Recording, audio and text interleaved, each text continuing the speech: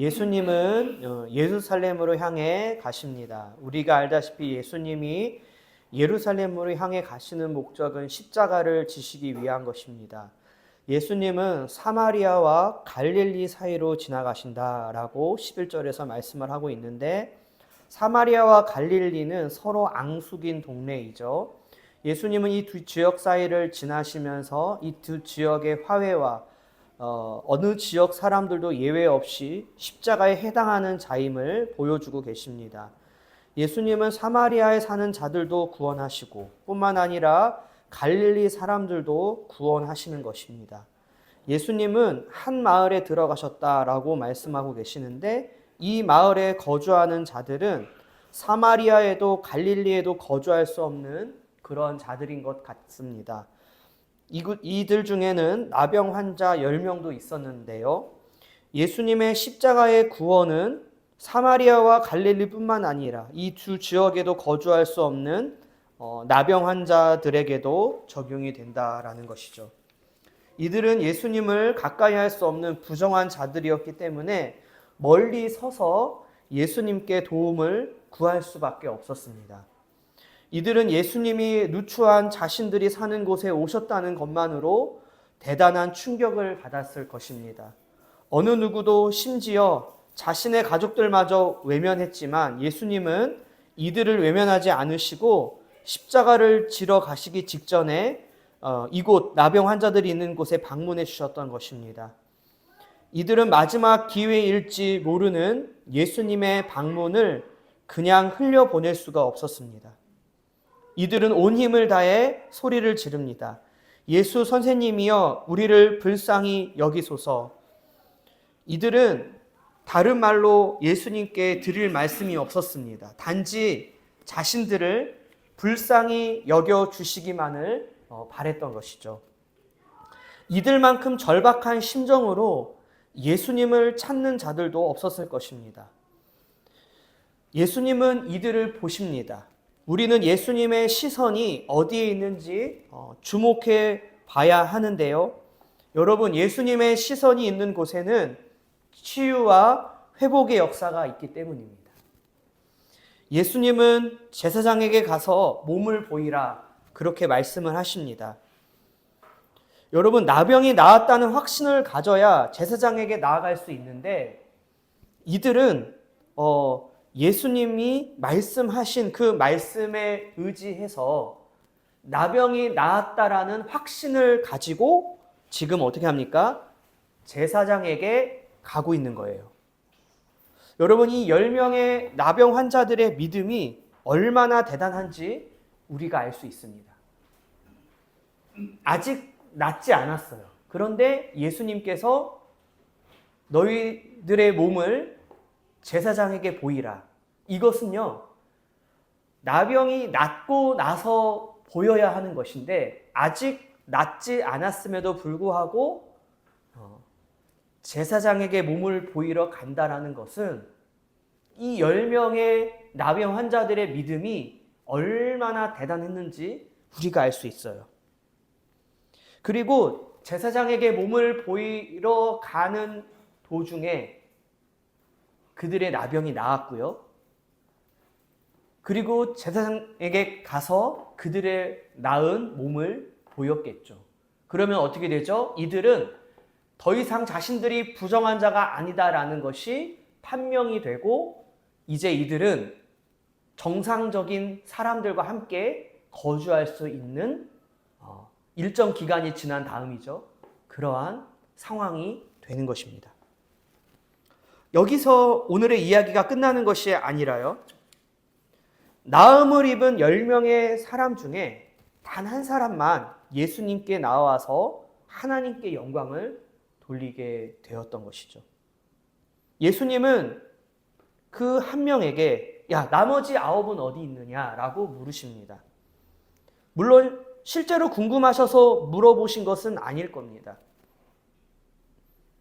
여러분, 이 나머지 9은 예수님이 자신들의 나병을 낫게 하신 이유를 몰랐던 거예요. 이들은 나병이 나아서 사마리아와 갈릴리 지역으로 돌아가 예전처럼 정상적인 삶을 사는 것, 그것이 하나님의 뜻이다라고 생각했을 수도 있고, 그러한 생각으로 그들이 기대에 부풀어서 예수님이 베푸신 그 은혜를 잊었을 수도 있겠다 라는 생각이 듭니다. 여러분, 가족들과 떨어져서 같은 나병 환자들끼리 한 마을에서 오랫동안 산다라는 것만큼 얼마나 슬픈 일이 있겠냐 싶습니다. 배우자도 만날 수 없고 자녀들의 얼굴도 보고 싶지만 만날 수가 없고, 왜요? 나병이라는 병 때문에 따로 부정환자가 되었기 때문에 그들은 가족들과 함께 할 수 없어요. 그런데 여러분, 나병이 나았습니다. 그리고 제사장에게 가서 그 몸을 빨리 보여야지 이제 정상적인 삶으로 되돌아올 수 있죠. 그러니까 이들은 자신들이 정상적인 삶으로 되돌아올 것에 대한 그 열망 때문에 예수님을 잊었어요. 자신들의 나병을 고쳐주신 예수 그리스도의 은혜를 기억하지 못했던 것이죠. 나병을 통해서 하나님께 영광을 돌리기 위한 것이 하나님의 뜻이었습니다. 하지만 이들은 하나님의 뜻을 알지 못했어요. 그리고 이들은 구원을 받게 되는 구속의 은혜를 입게 되는 것이었는데, 아홉은 당장의 회복된 건강과 정상적인 삶으로 돌아갈 수 있는 기대감에 사로잡혀 예수님이 베푸신 은혜를 잊었던 것입니다. 저와 여러분도 마찬가지입니다. 우리가 잊어서는 안 될 것이 있는데 그것이 바로 예수 그리스도의 십자가의 대속의 은혜와 사랑이죠. 예수님이 베푸신 은혜인 것입니다. 저와 여러분에게 예수님은 어떤 은혜를 주셨습니까? 십자가의 은혜를 주셨죠. 여러분, 병이 낫고 자녀들이 잘 되고 사업이 잘 되면 그 은혜를 잊어버리기 십상입니다. 이것이 인간의 연약함이에요. 그래서 이제 하나님께서는 이 은혜를 잊지 않고 지속하게 하시기 위해서 우리 인생 가운데 문제를 남겨두신다. 왜 여전히 아직도 우리 인생 가운데 문제가 해결이 되지 않느냐라는 질문을 할 때 우리는 이 생각을 해야 되는 거예요. 그 은혜를 잊어버릴 수밖에 없는 우리 자신들을 볼 수 있어야 한다라는 것이죠. 여전히 우리 가운데 남겨진 문제들은요, 우리로 하여금 예수님의 십자가의 은혜 가운데 머물게 하는 거예요. 그러니까 여러분, 문제가 해결되고 병이 낫고 이런 것이 중요하지 않죠. 나병 환자들이 나병이 나았다. 이건 굉장한 일입니다. 이들은 나병 때문에 정상적인 삶을 살 수 없었어요. 사랑하는 가족들과 떨어져 지내야만 했다, 이것입니다. 그런데 나병이 나았어요. 엄청난 일입니다.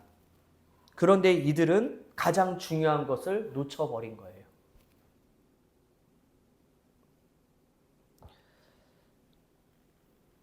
예수님은 나병이 나아서 자신에게 온, 그리고 하나님께 영광을 돌린 그 한 명에게 내 믿음이 너를 구원했다, 이렇게 말씀을 하세요.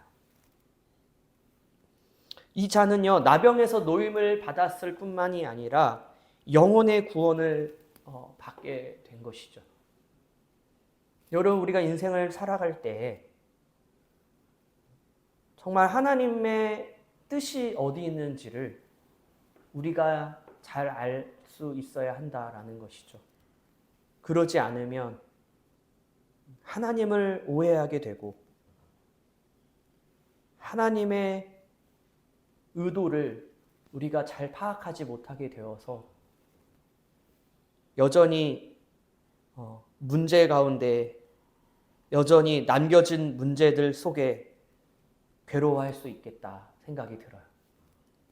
그래서 우리가 오늘 말씀을 통해서 하나님께서 이 나병을 환자들의 10명의 나병 환자들을 깨끗게 하신 그 이유가 무엇인지, 그 이유를 알고 하나님께 영광을 돌렸던 한 나병에 걸렸던 자처럼 그 은혜를 알고 그 십자가의 대속의 은혜와 사랑 가운데 살아가는 저와 여러분이 되시기를 바라겠습니다. 하나님 아버지, 저희들을 불쌍히 여겨 주옵소서. 우리 인생 가운데 남겨진 문제들은 아직도 여전히 우리가 주님의 십자가의 사랑을 잊어버릴까 염려하여 우리에게 남겨주신 문제들인 줄 믿사오니, 우리가 어떠한 상황과 환경 속에서도 우리의 모든 인생의 문제들이 다 해결되어질지라도 예수 그리스도의 십자가의 사랑을 잊지 않고 하나님 아버지 앞에 나와 영광을 돌릴 수 있는 구원받은 자녀의 모습으로 살아갈 수 있도록 아버지 저희들에게 은혜를 베풀어 주옵소서. 감사드리며 예수님의 이름으로 기도합나이다. 아멘.